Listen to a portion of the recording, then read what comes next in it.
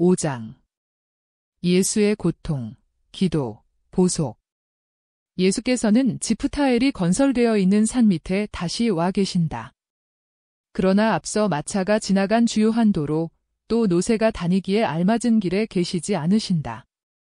그렇지 않고 매우 가파르고 구멍과 깊이 갈라진 틈투성이인 사람이 걷기 어려운 험한 산길에 계신다. 그 산길은 산에 바짝 붙어 있는데 괴물의 발톱으로 핥힌 듯이 깎아지른 암벽을 쪼아서 낸 것 같다. 암벽 반대편은 또 다른 시면으로 내려가는 구렁텅이로 경계가 지어졌는데 그 구렁텅이 저 밑에는 요란스러운 급류가 흰 거품을 일구고 있다. 거기서는 한 발만이라도 헛디디는 것은 희망 없는 추락을 뜻한다. 이 가시덤불이나 다른 야생식물 덤불에서 튀어올라 다른 가시덤불이나 다른 야생식물로 떨어질 것이다. 그 나무들은 어떻게 났는지 바위 틈에서 돋아나서 초목들이 보통 그러는 것처럼 수직으로 서 있지 않고 그 놈들의 위치가 강요하는 데 따라서 비스듬히 서 있거나 아예 수평으로서 있기도 한다. 한번 발을 헛디디는 것은 저 초목들의 빗살 같은 모든 가시에 몸이 찢어지거나 시면 위로 기울어져 있는 뻣뻣한 나무줄기의 충격으로 허리가 부러진다는 말이 된다. 한 발 헛디디는 것은 낭떠러지의 암벽에 삐죽삐죽 나와 있는 날카로운 돌에 부딪혀 찢긴다는 뜻이 된다. 한 발 헛디디는 것은 피를 흘리고 부러진 몸으로 요란스러운 급류의 거품이 이는 물에 가서 빠져서 세차게 흐르는 물이 후려갈기는 뾰족한 바위투성이인 밑바닥에 가라앉아 있게 된다는 뜻이 된다. 그런데도 예수께서는 이 산길을 급류에서 뽀얗게 올라오고 위쪽 암벽에서 스며나오고 약간 오목하다고 할 깎아지른 이 암벽에서 돋아난 나무들에서 떨어지는 습기로 인하여 한층 더 위험한 바위를 깎아서 만든 이 산길을 걸어가신다. 예수께서 천천히 조심성 있게 어떤 것은 흔들리는 뾰족한 돌을 딛고 가는 발걸음을 세시면서 가신다. 때로는 길이 하도 좁아지는 바람에 암벽에 착 붙어서 가셔야 하고 또 극도로 위험한 통로를 건너가시기 위하여 암벽에 늘어져 있는 나뭇가지를 붙잡으셔야 한다. 예수께서는 서쪽 면을 이렇게 도르셔서 남쪽 면에 이르셨는데 그곳에서는 꼭대기에서 깎아지른 듯이 내려오던 산이 다른 데보다 더 오목하게 되어서 산길이 더 넓어진다. 그러나 그 대신 위쪽의 높이가 낮아져서 어떤 곳에서는 예수께서 바위에 머리를 부딪히지 않기 위하여 몸을 숙이고 걸어 나아가셔야 한다. 예수께서는 무너져 내린 돌더미 때문에 산길이 갑자기 끝나는 것 같은 곳에서 걸음을 멈출 생각이신 것 같다. 그러나 자세히 살펴보시다가 무너져 내린 돌더미 아래 동굴이, 아니 동굴이라기보다는 산이 갈라진 틈이 하나 있는 것을 발견하신다. 그리고 무너진 돌더미 사이로 해서 그리로 내려가신다. 그리고 그리로 들어가신다. 처음에는 갈라진 틈이지만 안으로는 무슨 목적으로 그랬는지는 모르나 아주 오래전에 곡괭이로 산을 판 것 같이 넓은 동굴이다. 바위가 자연적으로 구부러진 곳에 사람이 만들어 놓은 구부러진 곳이 합쳐졌는데 사람이 들어오는 쪽에 갈라진 틈과 반대되는 쪽에 일종의 좁은 복도를 파놓아서 저 안쪽에는 띠 모양의 빛이 있고 거기에는 나무들이 보여 그 복도가 어떻게 산의 돌출부를 남쪽에서 동쪽으로 자르고 들어오는지를 보여준다. 예수께서는 어둡고 좁은 그 복도로 들어가셔서 뚫린 구멍에 이르시도록 지나가신다.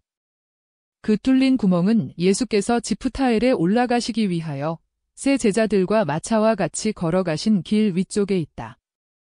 예수의 정면으로는 계곡 너머로 갈릴레아 호수를 둘러싸고 있는 산들이 있고 동북쪽으로는 눈 덮인 데헤르몬산이 반짝인다. 원시적인 층계가 산허리에 파져 있는데 산이 여기에는 깎아지른 것 같지도 않고 치바지도 내림바지도 없다. 그리고 이 층계는 계곡에 있는 노새가 다니기에 알맞은 길로 연결되고 지프타엘의 소도시가 있는 꼭대기에도 연결된다. 예수께서는 당신의 답사에 만족하신다. 다시 넓은 동굴 속으로 돌아오셔서 잘 가려진 곳을 찾아서 바람에 불려 동굴 안으로 들어온 마른 잎들을 쌓아 놓으신다. 예수의 몸과 아무것도 없는 찬 땅바닥 사이에 마른 잎을 한 겹 쌓은 매우 보잘것없는 침대이다. 예수께서는 그 위에 쓰러지셔서 손을 머리 밑에 넣으시고 둥근 바위 천장을 똑바로 쳐다보시며 생각에 감긴 채 꼼짝하지 않고 누워 계신다. 힘에 부치는 노력이나 고통을 견디어낸 사람처럼 정신이 멍하신 것 같다. 그러더니 흐느낌 없이 눈물이 천천히 눈에서 흐르기 시작하여 얼굴 양쪽으로 흘러내려 귀 쪽에 있는 머리카락 속으로 들어가 보이지 않게 되는데 마침내는 틀림없이 마른 입까지 내려갈 것이다. 예수께서는 이렇게 오랫동안 말씀도 없고 몸도 움직이지 않으시며 오신다. 그리고 일어나 앉으셔서 무릎을 세우시고 무릎 사이에 얼굴을 묻으시고 깍지 낀 손으로 무릎을 감싸시고는 멀리 떨어져 계신 어머니를 마음을 다하여 부르신다. 어머니, 어머니, 어머니, 제 영원한 즐거움. 오, 어머니, 오, 어머니, 오. 어머니께서 아주 가까이에 계셨으면 얼마나 좋겠습니까? 왜 하느님의 유일한 위안이신 어머니를 항상 모시지를 못합니까? 동굴의 공동만이 불완전한 메아리의 중얼거림으로 예수의 말씀과 흐느낌에 대답하는 것 같고 동굴도 가장 구석진 곳과 바위와 아마 지하수의 작용에 제일 많이 노출된 구석에 매달려 있는 종유석으로 흐느끼는 것 같다. 예수의 울음은 비록 어머니를 부르는 것만으로도 위안을 받으신 듯 더 조용하기는 하지만 계속된다. 그리고 천천히 혼자 말로 변한다. 그들은 떠났다. 그런데 왜? 또 누구를 위하여? 왜 나는 그 고통을 주어야 했나? 그렇지 않아도 벌써 세상이 내 하루를 고통으로 가득 채우는데? 왜 나 자신에게 그 고통을 주어야 했나? 이유다.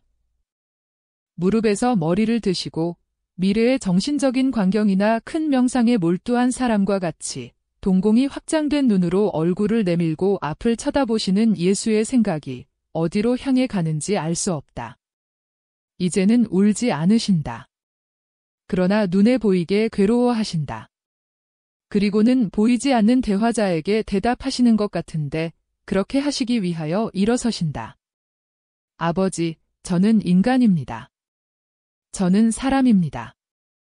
제 안에서 상처 입고 찢어진 우정의 덕행이 몸을 비틀고 고통스럽게 신음합니다. 제가 모든 것을 참아 견디어야 한다는 것을 압니다. 그것은 저도 압니다.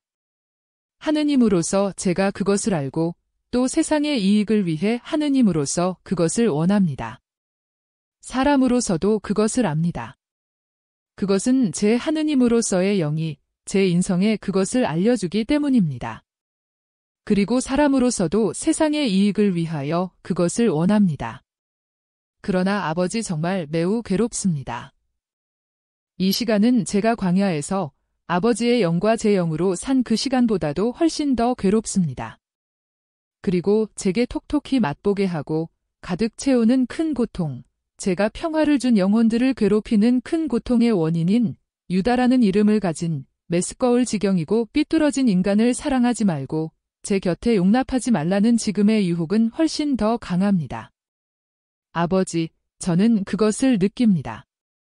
아버지께서는 제가 인류를 위하여 제 것으로 삼는 이 속죄의 기한이 다가옴에 따라서 아들에 대하여 더 엄하게 되십니다. 아버지의 다정스러우심은 점점 더 제게서 멀어지고 아버지의 얼굴은 제 영에 엄하게 나타나십니다. 제 영은 저 깊은 곳으로 아버지의 벌을 받은 인류가 수천 년째 신음하고 있는 그곳으로 점점 더 밀려나고 있습니다.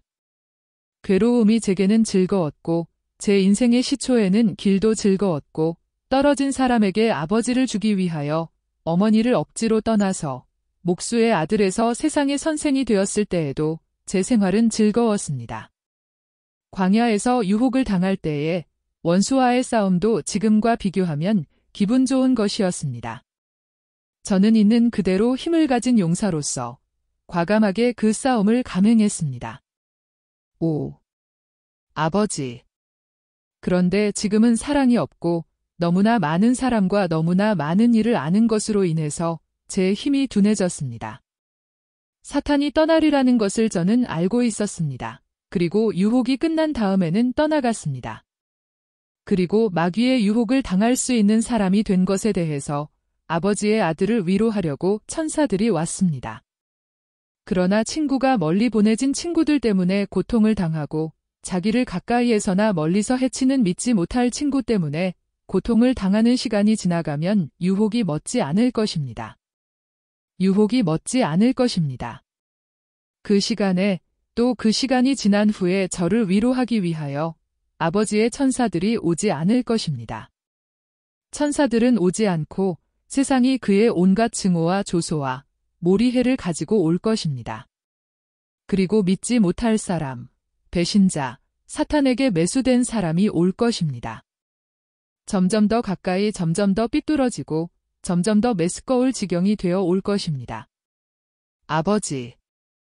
이 부르짖음은 참으로 비통하고 공포의 부르짖음이고 호소이며 예수의 마음의 동요는 겟세마니의 시간을 연상시킨다.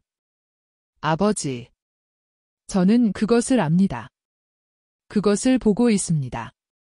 제가 여기서 괴로워하고 장차도 괴로워하겠고 또 제 고통을 그의 회개를 위하며 그리고 제 품에서 억지로 떼어내져서 꿰뚫린 심장을 안고 그들의 운명을 향하여 가고 있는 사람들을 위하여 드리는 동안 그 사람은 사람의 아들인 저보다 더 큰 사람이 되기 위하여 자기를 팔고 있습니다. 제가 사람의 아들이지요? 그렇습니다. 그러나 저 혼자만이 사람의 아들이 아닙니다. 인류는 생식력이 강한 하와는 아들들을 낳았습니다. 그리고 제가 죄 없는 아벨입니다마는 인류의 후예 중에는 카인이 없지 않습니다. 그리고 제가 아버지의 눈으로 볼 때 흠없는 사람의 아이들이 그랬어야 할 그런 사람이기 때문에 받아들이지만은 죄 중에 태어난 그 사람은 독이 든 열매를 깨문 다음에 된 것과 같은 사람들 중에 첫째입니다. 그리고 이제는 자기 안에 혐오감을 주는 요소와 거짓말로 하느님을 모독하는 말과 반해덕, 피의 굶주림, 돈에 대한 탐욕, 교만과 음란을 가지는데 그치지 않고 천사가 될 수 있는 사람인데도 마귀 같은 사람이 되려고 사탄이 되어갑니다. 그리하여 마귀의 두목 루치펠은 하느님과 같게 되기를 원하였고 그 때문에 낙원에서 쫓겨나 마귀가 되어 지옥에서 살았습니다. 그러나 아버지, 아버지, 저는 그 사람을 사랑합니다. 저는 그 사람을 아직 사랑하고 있습니다. 그는 사람입니다. 그는 제가 그들을 위하여 아버지를 떠난 사람들 중에 하나입니다. 제가 모욕을 당하는 대신에 그를 구해 주십시오. 지극히 높으신 주님, 제게 그를 구속하게 허락해 주십시오. 이 보속은 다른 사람들보다도 그 사람을 위하여 하는 것입니다. 그가 어떤 사람인지를 모두 알고 있는 저는 제가 청하는 것이 무엇임을 압니다. 그러나 아버지, 잠깐 동안만 저를 아버지의 말씀으로 보지 마십시오. 의인으로서의 제 인성만을 보십시오. 그리고 아버지의 덕택으로 다만 사람이 되게 미래를 알지 못하고 착각할 수 있는 사람, 피할 수 없는 운명을 알지 못하고 아버지에게서 기적을 억지로 얻어내려고 절대적인 바람을 가지고 기도할 수 있는 사람이 될 수 있도록 허락해 주십시오. 기적을.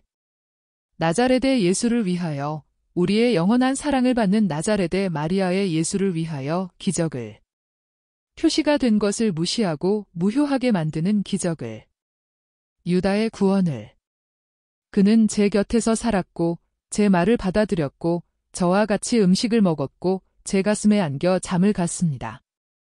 그 사람이 아니게, 그 사람이 제 사탄이 아니게 해주십시오. 저는 배신을 당하지 않게 해주십사고 아버지께 청하지 않습니다. 배반을 당한 사람으로서의 제 고통으로 모든 거짓말이 취소되기 위하여, 팔린 사람으로서의 제 고통으로 모든 인색이 속죄되기 위하여, 모독하는 말을 들은 이로서의 제 극심한 고통으로 하느님을 모독하는 모든 말이 갚아지기 위하여, 믿음을 받지 못한 사람으로서의 극심한 고통으로 믿음이 없는 사람과 장차 믿음이 없을 사람들에게 믿음이 주어지기 위하여, 제 고통으로 육신의 모든 죄가 깨끗해지기 위하여 제가 배반을 당해야 하고 또 당할 것입니다. 그러나 제발 제 친구여, 제 사도인 유다 그 사람이 아니게 해주십시오. 저는 아무도 배반하지 않기를 바랍니다. 아무도 북극의 빙원과 적도지방의 불볕 속에 가장 멀리 떨어져 있는 사람까지도 저는 제물을 바치는 분이 아버지 한 분뿐이시기를 바랍니다. 전에 아버지의 불로 번제물을 불사르심으로 재관이 되신 것처럼. 그러나 제가 사람의 손으로 죽게 되어 있는 만큼 또 친구인 배반자, 그의 아내 사탄의 악취를 간직하고 있고 저와 능력이 같아지기 위하여 벌써 사탄을 빨아들이고 있는 부패한 사람이 진짜 사형 집행인보다 더 냉혈한 일 것인 만큼 그 교만과 갈망으로 그렇게 생각하고 있습니다. 제가 사람의 손으로 죽게 되어 있는 만큼 아버지, 제가 친구라고 불렀고 또 그런 사람으로 사랑한 그 사람이 배반자가 되지 않게 하는 은혜를 제게 내려주십시오. 아버지, 제 고통을 더 늘리십시오. 그러나 유다의 영혼을 제게 주십시오. 저는 이 기도를 제물이 된 제 제대 위에 바칩니다. 아버지, 이 기도를 들어주십시오. 하늘은 닫혀 있고 말이 없습니다. 그러면 이것이 제가 죽을 때까지 제가 가지게 될 공포입니까? 하늘은 말이 없고 닫혀 있습니다. 그러면 이것이 제 희망이 그 안에서 사라질 침묵이고 감옥입니까? 하늘은 닫히고 말이 없습니다. 그러면 이것이 순교자의 최후의 고통이겠습니까? 아버지, 제 뜻 말고 아버지의 뜻이 이루어지기를 바랍니다. 그러나 제가 받는 고통 때문에 최소한 이것만이라도 제가 받은 고통 때문에 유다의 또 다른 박해받는 사람인 엔도르의 요한에게 평화와 꿈을 주십시오. 아버지, 요한은 실제로 많은 사람보다 낫습니다. 그는 아는 사람이 별로 없고 또 장차도 별로 없을 길을 걸어왔습니다. 그의 경우에는 구속에 관한 모든 것이 이미 이루어졌습니다. 그러므로 그에게 충만하고 완전한 평화를 주시어 제게 있어서도 모든 것이 이루어졌을 때 제 영광 중에 그를 데리고 있어 아버지를 공경하고 아버지께 순종하도록 해주십시오. 아버지. 예수께서는 천천히 미끄러져 내려 무릎을 꿇으시고 이제는 얼굴을 땅에 대고 기도하신다. 예수께서 기도하시는 동안 짧은 겨울해의 빛이 어두운 동굴 안에서 시간이 되기 전에 죽어버리고 급류의 요란한 소리는 어두움이 계곡을 감싸는 데 따라서 더 세어지는 것 같다. 6장. 프톨레마이스를 떠나 띠로를 향하여. 프톨레마이스 시는 파란 하늘에 터진 구멍 하나 없이 검은 빛깔의 뉘앙스도 하나 없이 납같이 무겁게 내려앉은 하늘 아래 쬐어 눌린 채로 있어야 하는 것 같다. 가벼운 변화도 있다. 천공에 꽉 닫힌 덮개에는 권운이건 나눈이건 구름 하나 움직이지 않고 상자 위에 떨어뜨리려는 덮개처럼 불룩하고 무거운 둥근 천장만이 있을 뿐이다. 찍어 누르는 더럽고 음침하고 불투명한 어마어마하게 큰 뚜껑이다. 도시의 흰 집들은 이 빛 아래서는 석고로 까칠까칠하고 거칠고 황량한 석고로 지은 것 같다. 그리고 상록수의 푸른 빛깔도 김이 서리고 을씨년스러워 보이고 사람들의 얼굴도 창백하거나 유령 같아 보이며 옷 빛깔들도 창백해 보인다. 도시는 쬐어 누르는 동남풍 속에 빠져 있다. 바다도 똑같은 죽음의 모습으로 하늘과 어울린다. 꼼짝하지 않고 아무것도 없는 끝없는 바다이다. 바다는 낯빛 모습조차도 보이지 않는다. 그렇게 말하는 것은 정확하지 않을 것이다. 끝이 없고 말하자면 주름 하나 없는 기름기 있는 물질로 되어 있고 유전이 그런 것과 같이 회색이며 또는 오히려 그럴 수만 있다면 그 흐름이나 제가 섞인 은의 호수 같아서 석영의 광택을 연상케 하는 독특한 광택을 가진 반죽처럼 되게 하는데 그래도 너무도 죽은 것 같고 불투명하여 빛을 발하지 않는 것 같다. 이 광택이 눈에 띄는 것은 다만 즐거움은 주지 않고 피로하게만 하는 거무스름한 자개 같은 반짝이는 빛으로 부시게 된 눈에 가져다주는 불쾌감 때문이다. 눈 닿는 데까지 파도 하나 없다. 눈길은 죽은 바다가 죽은 하늘을 만나는 곳에서 수평선을 만나게 되는데 물의 움직임이라고는 하나도 볼 수가 없다. 그러나 고체화되지 않은 물이라는 것을 깨닫게 되는 것은 물의 희미한 번쩍거림으로 수면에서 겨우 느낄 수 있는 깊은 파동이 있기 때문이다. 해변에 있는 물이 파도나 해안파에 조그마한 표도 없이 마치 수반의 물과 같이 꼼짝하지 않고 있을 정도로 바다가 죽어 있다. 그리고 그곳에 있는 모래는 1미터쯤 또는 조금 더 멀리까지 젖어 있어서 해안에 여러 시간 전부터 물이 움직이지 않았다는 것을 나타낸다. 그저 단조로운 잔잔함뿐이다. 항구 안에 많지 않은 배들이 있는데 배들도 조금도 움직이지 않는다. 어떻게나 꼼짝 않고 있는지 고에 박혀 있는 것 같다. 그리고 갑판에 널어놓은 옷인지 깃발인지 모를 천 몇 조각도 축 늘어져 있다. 항구의 서민 동네 골목길에서 사도들이 안티오키아로 가는 두 여행자와 같이 해안으로 온다. 나귀와 마차는 어떻게 되었는지 모르겠다. 보이지 않는다. 베드로와 안드레아는 궤를 하나 들고 오고 야고보와 요한은 다른 궤를 가지고 오고 알페오의 유다는 분해한 배틀을 메고 오고 마테오와 알페오의 야고보와 열성당원 시몬은 예수의 배낭까지 포함한 모든 배낭을 지고 온다. 신디카는 음식이든 바구니를 들고 온다. 엔도르의 요한은 아무것도 들지 않았다. 그들은 대부분이 식량을 사가지고 시장에서 돌아오거나 또는 선원들이면 필요에 따라서 배에 짐을 싣거나 내리거나 또는 배를 수리하려고 항구 쪽으로 걸음을 재촉하는 사람들 틈에서 빨리 온다. 요나의 시몬은 자신 있게 걸어온다. 그가 사방을 두리번거리지 않는 것을 보면 어디로 가야 하는지를 벌써 알고 있는 모양이다. 얼굴이 시뻘게 가지고 안드레아의 도움을 받으며 손잡이 노릇을 하는 동아줄로 궤를 운반하고 있다. 그리고 베드로와 안드레아의 경우에나 그들의 동료 야고보와 요한의 경우에나 그들이 들고 오는 무게 때문에 그들이 해야 하는 노력은 장단지와 팔의 근육의 수축으로 알 수 있다.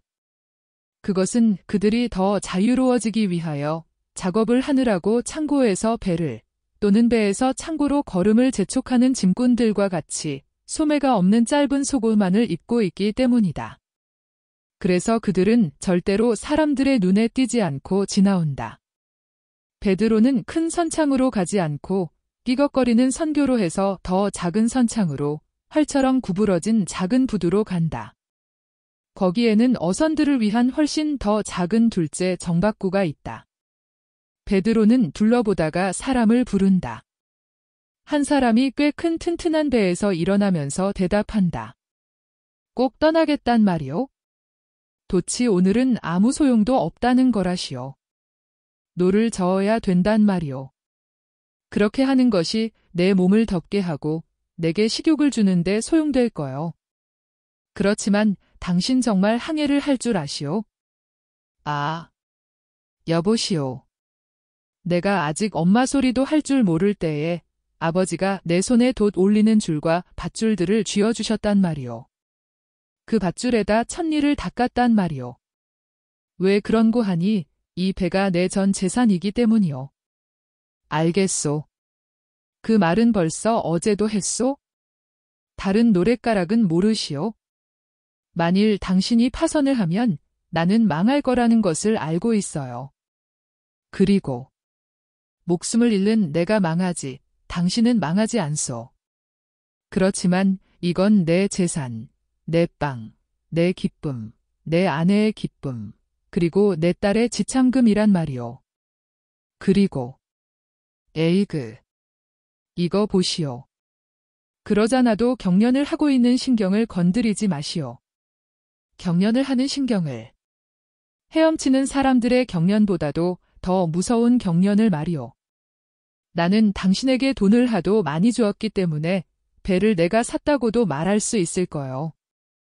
도둑 같은 당신한테 난 한 푼도 깎지 않았소.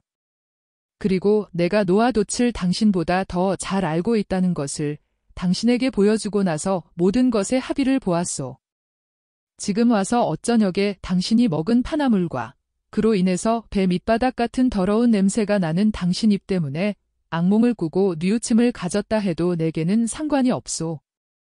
흥정은 당신 쪽 한 사람, 내 쪽 한 사람, 이렇게 두 증인 앞에서 이루어졌으니 그것으로 충분하오. 털개 같은 사람, 여기서 나와서 나를 들어가게 하시오.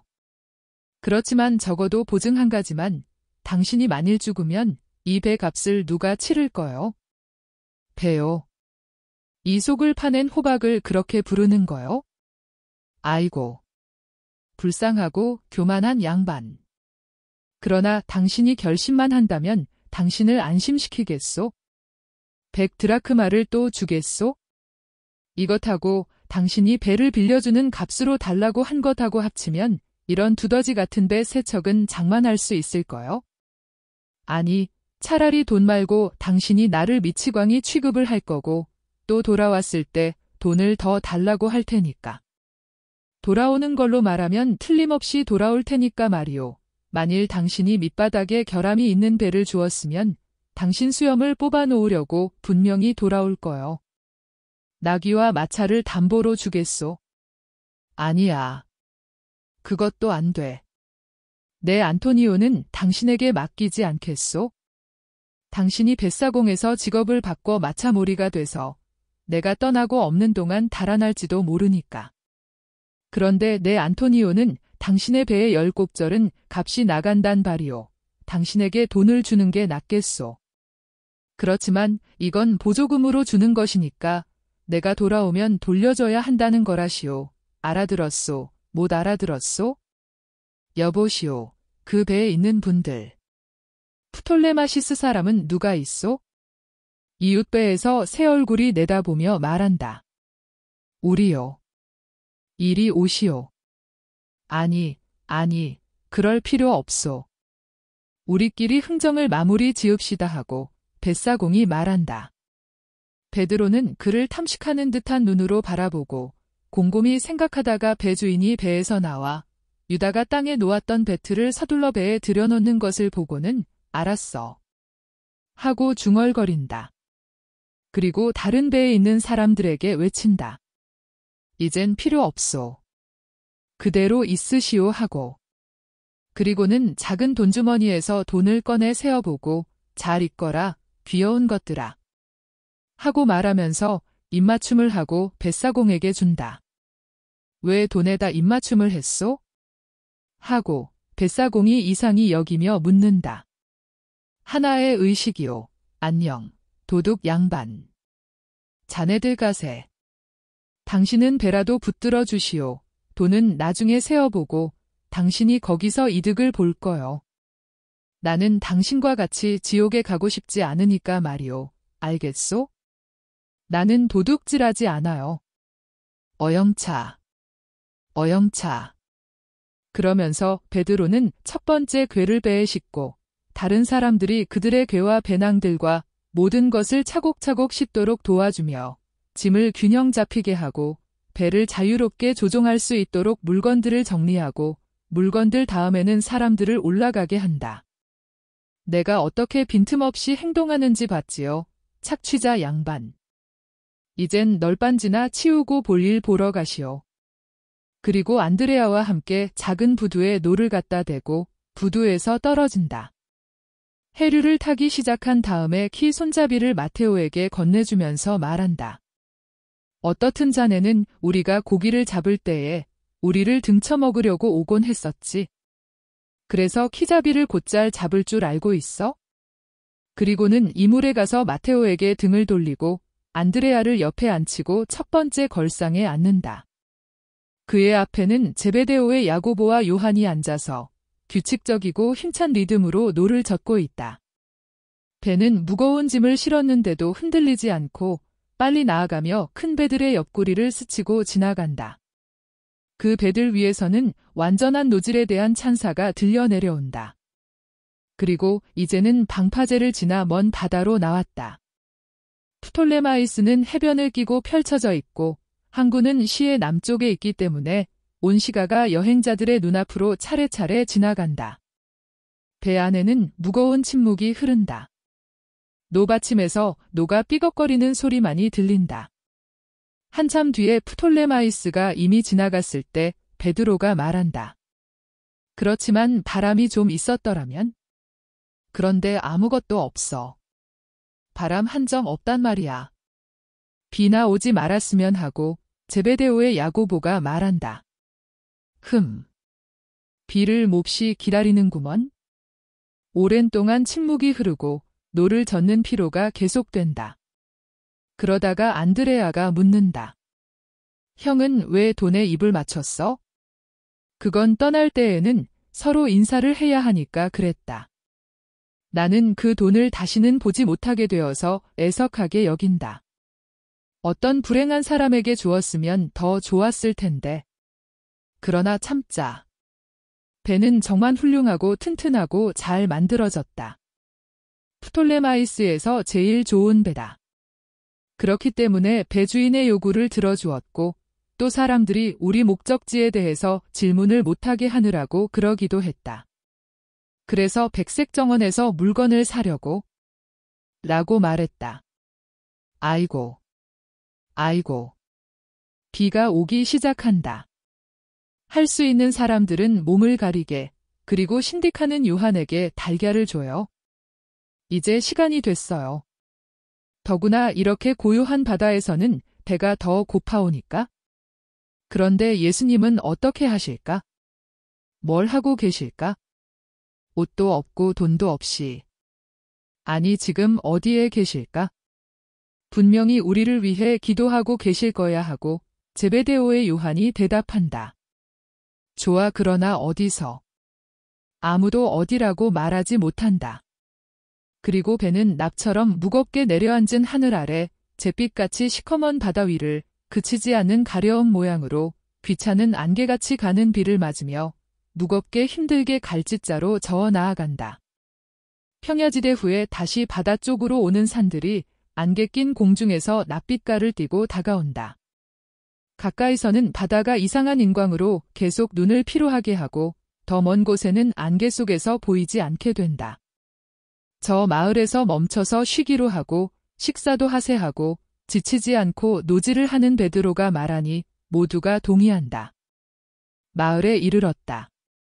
바다 쪽으로 쑥 빠져나온 산의 돌출부의 보호를 받는 어부들의 집 몇 채이다.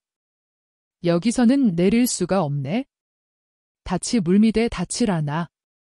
좋아, 있는 자리에서 먹기로 하세하고 베드로가 투덜거린다. 그리고 과연 노젓는 사람들은 맛있게 먹는데 귀양살이 가는 사람들은 그렇지 않다. 비는 번갈아 가며 다시 시작되었다가 그쳤다가 한다. 마을은 주민이 없는 것 같이 사람이 보이지 않는다. 그러나 비둘기들이 이 집에서 저 집으로 날아다니는 것과 높은 곳에 옷들이 널려 있는 것이 사람들이 산다는 것을 말해준다. 마침내 해변으로 끌어올린 작은 배 있는 데로 가는 옷을 거의 입지 않는 사람이 길에 보인다. 여보시오. 저 양반. 당신 어부요? 하고 손으로 메가폰을 만들며 외친다. 그렇소. 그렇소 하는 소리는 거리 때문에 약해져서 온다. 날씨가 어떻겠소?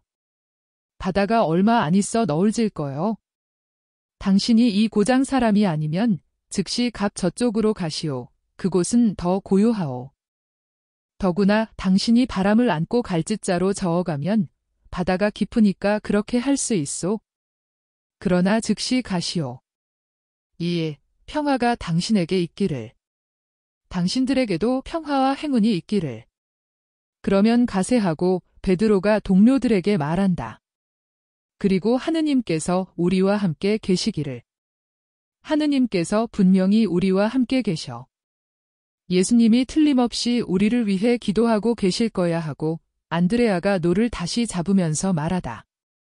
그러나 실제로 파도가 벌써 넘실거리기 시작하여 왔다 갔다 할 때마다 배를 밀었다 끌어당겼다 하고 비는 더 세차게 쏟아지고 갑자기 일어난 바람까지 겹쳐져서 가엾은 항해자들을 괴롭힌다.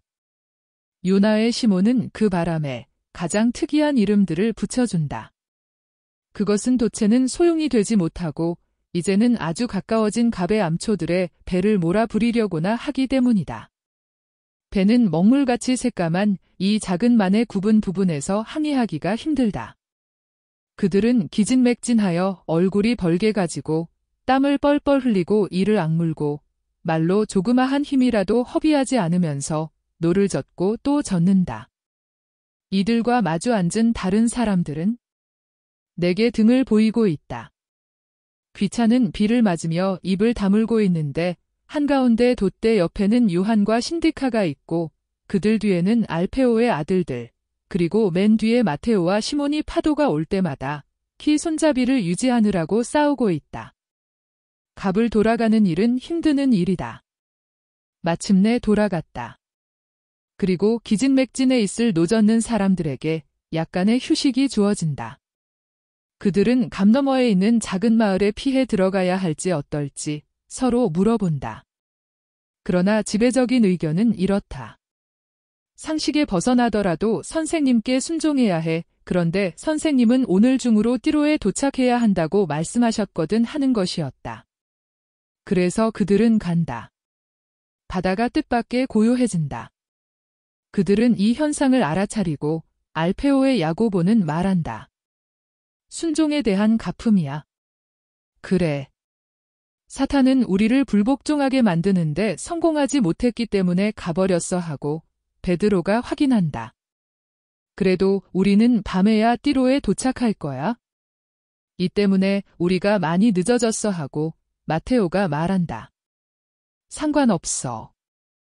우리는 자러 갔다가 배는 내일 찾지 뭐 하고 열성당원 시몬이 대답한다. 그렇지만 배를 찾아내게 될까? 예수님이 그렇게 말씀하셨어. 그러니까 찾아내게 될 거야 하고 타데오가 자신있게 말한다. 형, 이젠 돛을 올릴 수 있겠어 하고 안드레아가 지적한다. 이제는 순풍이 불어. 그러니까 더 빨리 갈 거야. 과연 돛이 부푼다. 많이는 아니지만 노 젓는 사람들의 일이 덜 필요하게 될 만큼은 부푼다. 그래서 배는 가벼워진 것처럼 띠로를 향하여 미끄러져 가는데 띠로의 갑, 아니 오히려 지협이 저기 북쪽의 날의 마지막 희미한 빛을 받으며 희게 나타난다. 그리고 매우 빨리 밤이 된다. 그런데 낮에 회색 색조가 지난 다음에 별들이 뜻밖의 밝게 빛나고 큰 곰자리 별들이 반짝이고 바다 위에는 너무도 하얀 달빛이 와서 밤이 없는 고생스러운 하루가 지난 뒤에 새벽빛이 떠오르는 것 같은 것이 이상하게 보인다. 제베데오의 요한은 하늘을 향하여 머리를 쳐들고 쳐다보고 웃으며 느닷없이 노래를 부르기 시작하여 그 노래를 노의 움직임을 자극하고 이 노래로 그것에 박자를 붙여준다. 안녕하세요. 바다의 별, 밤의 자스민, 내 하늘나라의 금빛 딸, 예수의 거룩하신 어머니. 항해자들의 소망, 고통받고 죽는 사람이 당신을 동경합니다. 거룩하고 경건한 별이여, 당신을 사랑하는 자에게 빛을 주소서. 오 마리아여. 요한은 지극히 행복하게 그의 테너 목소리를 뽑아 노래한다. 아니, 너 뭐라는 거냐? 우린 예수님에 대해서 말하는데 너는 마리아 어머니에 대해서 말하고 있으니 말이야? 하고 그의 형이 묻는다. 예수님이 마리아 안에 계시고 마리아 어머님이 예수님 안에 계셔. 그러나 어머님이 계셨으니까 예수님이 계신 거야? 내가 노래를 부르게 가만 놔둬. 그러면서 노래를 하는데 전념하여 다른 사람들도 끌어들인다. 그들은 이렇게 해서 띠로에 도착하는데 가장 작은 항구에는 내리기가 쉽다. 그 작은 항구는 지협의 남쪽에 있는데 수많은 배의 등불이 경비를 하고 또 거기 있는 사람들은 방금 도착한 사람들에게 도움을 거절하지 않는다. 베드로는 야고보와 함께 궤들을 지키기 위하여 배에 남아있는데 다른 사람들은 다른 배의 어떤 사람과 같이 쉬기 위하여 여관을 향하여 간다.